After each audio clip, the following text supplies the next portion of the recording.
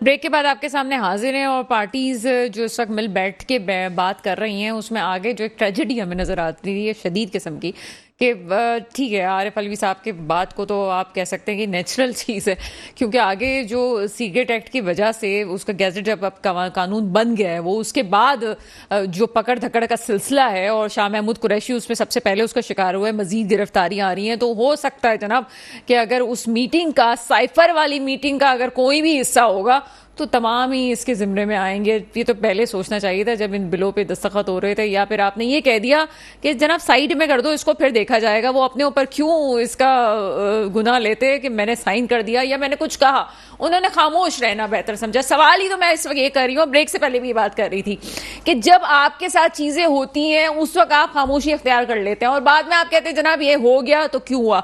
जी आपसे बात कर रहे थे हम मुसरत नियाज़ी साहिबा, आपने ये कहा कि जी पीपल्स पार्टी के साथ बहुत कुछ ऐसा हुआ है। अब किसने क्या है तो हम स्क्रीन पे कुछ तो बोल रहे हैं कुछ नहीं भी बोल रहे, लेकिन जब हो जाता है जमहूरियत की ताकत वो ताकत है। और बीबी का भी ये था कि जमहूरियत सबसे बड़ा इंतकाम है, लेकिन क्या हम उन ताकतों को जो जमहूरियत की राह में रुकावटें बनती हैं, क्या जमहूरी हुक्मरान ये कुव्वतें ख़त्म नहीं कर सकती? क्या हमारी परफॉर्मेंस, सियासतदानों की परफॉर्मेंस इतनी ख़राब है कि इदारों को कूदना पड़ता है और फिर कवानीन हो या कोई भी चीज़ हो उनको इम्प्लीमेंट करवाना पड़ता है?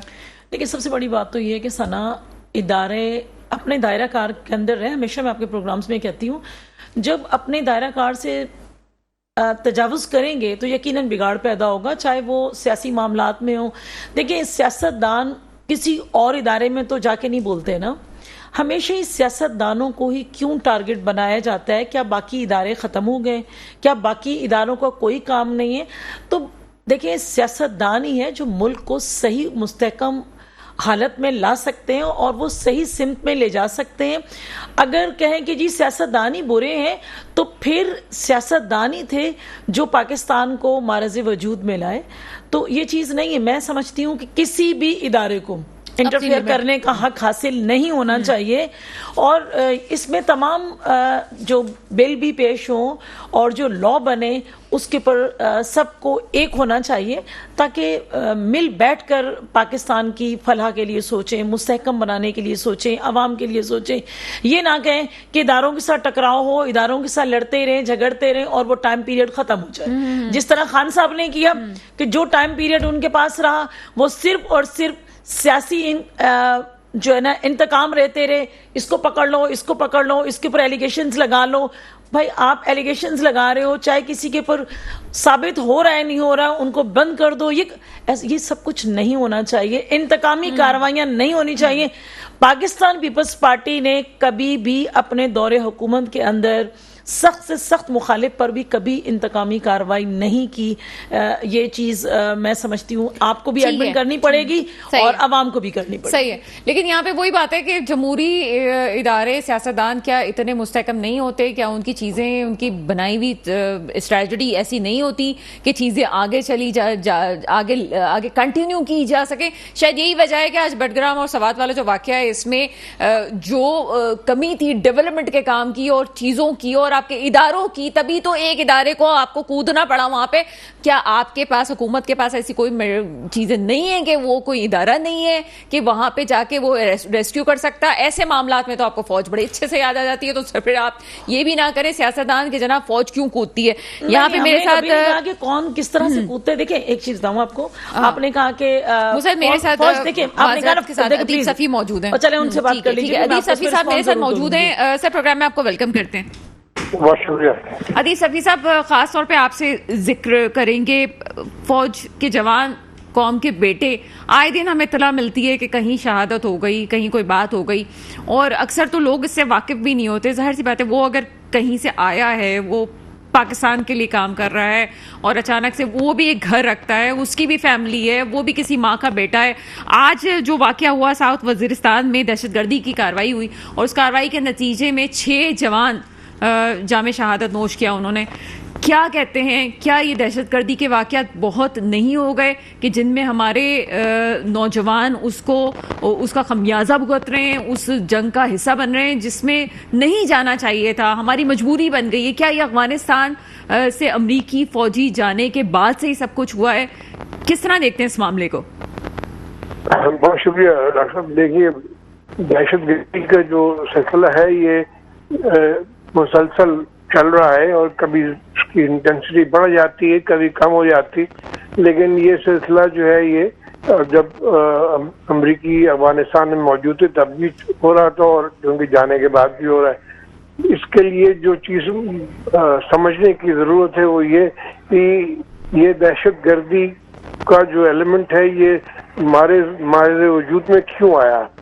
वो कहते हैं जी पत्ते काटने से दरख्त का जो है तना वो वैसी रहता है, और इसलिए दहशतगर्दी के जो सोर्स है जिसकी वजह से ये होता है उसकी तरफ तवज्जो देने की जरूरत है, जो लोगों को एहसास महरूमी की तरफ ढकेलता है, जो उनको ये चीज बावर कराने की जरूरत है कि आप भी हमारे बराबर के शरीक हैं और एक बहैसियत सिटीजन के आपकी भी उतने ही हुकूक हैं जितने बाकियों के हैं। तब फिर ये चीज़ों को आस्ते आस्ते आप कंट्रोल करेंगे।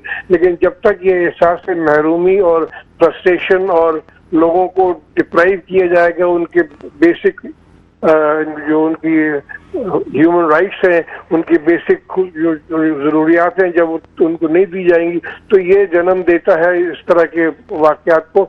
और जो भी उनके पास फिर रास्ता होता है वो इख्तियार करते हैं जिसके जरिए ये दहशतगर्दी का सिलसिला चलता रहता है। तो हुकूमत जब भी आई है, जिस दौर में भी हम देखते हैं, जहाँ भी कम होता है वहाँ पर ये जब लोगों को ये ज़रूरत ज़िंदगी की मिलती रहती हैं तो वो इस तरफ नहीं जाते हैं, वरना ये ब्रीडिंग ग्राउंड है। जब उनको आप ये बेसिक नीड्स नहीं देंगे तो उनके फिर मजबूरी वो हथियार उठाते हैं, वो जो भी उनके पास चीज उसका काम करते हैं। सो मेरे कहने का जो मसला है वो यही कि इनकी बेसिक जो जड़ है, जिस वजह जिसकी वजह से हो रही है, उस तरफ तवज्जो देने की जरूरत है। ये उस तरफ बिल्कुल तवज्जो देने की ज़रूरत है। लेकिन क्या ऐसे जो आपने वजह बताई और बड़ी रेलेवेंट आपने बात की है, लेकिन क्या आपको लगता है कि फिर इसमें और लोग उनको इस्तेमाल कर लेते हैं जो कि मुल्क दुश्मन है, फिर उनके जहनों से खेलते हैं और उनकी जहन साजी ऐसे की जाती है और मुल्क के खिलाफ उनसे काम करवाया जाता है?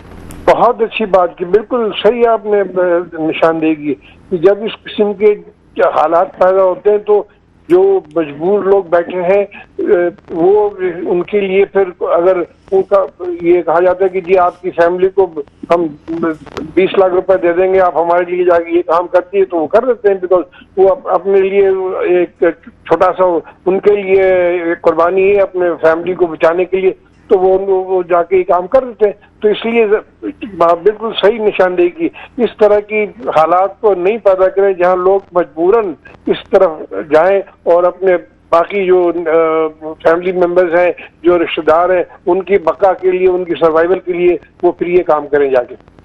लेकिन सर इस मामले को कैसे देखते हैं आप? कि हमने बलूचिस्तान में भी देखा कि अफवाज पाकिस्तान भी, गवर्नमेंट भी काम कर रही है डेवलपमेंट का, चीज़ें बेहतर होने जा रही हैं, फिर क्या लोकल सतह पे भी कुछ लोग ऐसे हैं जो ख़ास तौर पे अपनी ही रियासत के ख़िलाफ़ उनकी जहन साजी कर रहे होते हैं? यहाँ पे बात पैसों की भी नहीं आती है। क्या कुछ लोग भी इसमें इन्वॉल्व हो सकते हैं, कोई कबीले भी इन्वॉल्व हो सकते हैं, या कुछ लोग भी ऐसे जो पाकिस्तान की रियासत के ख़िलाफ़ बात करें? बिल्कुल ऐसे हैं। ये देखिए, ये बड़ी अहम सी बात है।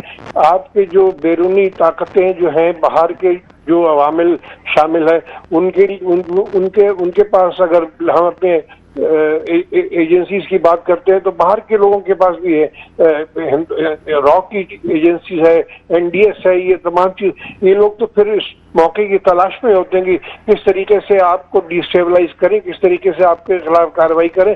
तो आप उनको मौका फराहम करेंगे, इस तरह के हालात अंदरूनी पैदा करेंगे जिसको वो एक्सप्लॉइट कर सकते हैं, तो वो एक्सप्लॉइट हो जाएंगे।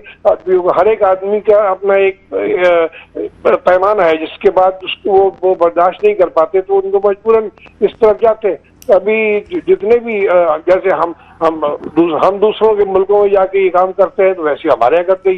ये बहुत पुराना कहावत है जो मरहूम जनरल परवेज मुशर्रफ ने इंडिया में बैठे कहा था कि जो रॉ की तरह के सवाल पूछा गया तो उन्होंने बड़ा सही जवाब दिया कि रॉ आपका जो काम वही काम कर रहा है जो हमारी आई सही कर रही, तो let's not fool each other. तो वाली बात है कि इंटरनेशनल रिलेशन में चीजें एक दूसरे के खिलाफ चलती रहती है। खास करके अगर आपका दुश्मन है वो तो आपके ताक में रहेगा, मौके की तलाश में रहेगा कि कोई ऐसी चीज हो जिसके बिना वो एक्सप्लॉइट करके इस्तेमाल कर सके। तो आपकी बात बिल्कुल दुरुस्त है कि इस तरह की हालात पाकिस्तान जो को होते हैं। अगस्त का महीना है, 76 ईयर्स हो चुके हैं। खासतौर पे बात करूंगी इस वक्त अंदरूनी मसाइल हैं, दहशतगर्दी का सामने है हमें। अभी सिर्फ मैं इकॉनमी की बात ही करी, वो एक अलग चैप्टर है। दूसरी तरफ हम ये देख रहे हैं कि इंसानी हकूक़ की पामाली का जिक्र बाहर ममालिक में किया जा रहा है कि पाकिस्तान में इंसानी हकूक़ की पामाली हो रही है, और इसराइल जैसा मुल्क जिस पे खुद वो इंसानी हकूक़ की पामाली कर रहा है वो ये बात करता है जी हमारे मुल्क में इंसानी हकूक़ की पामाली हो रही है। क्या ये कोई साजिश है? क्यों किया जा रहा है? इतना क्यों उछाला जा रहा है कि दूसरे ममालिक में सियासतदानों के साथ या ऐसे वाक़यात, ऐसी चीज़ें नहीं हुई हैं? डोनाल्ड ट्रंप वाला मामले में भी तो हुआ था, उनको अभी तक देखा जा रहा है, उनके केसेस को देखा जा रहा है, बहुत सारी चीज़ें होती हैं। लेकिन पाकिस्तान के इस मसले को इस वक्त क्यों इतना हाईलाइट किया जा रहा है? क्या ये बहुत पहले से कोई प्लानिंग चल रही होगी?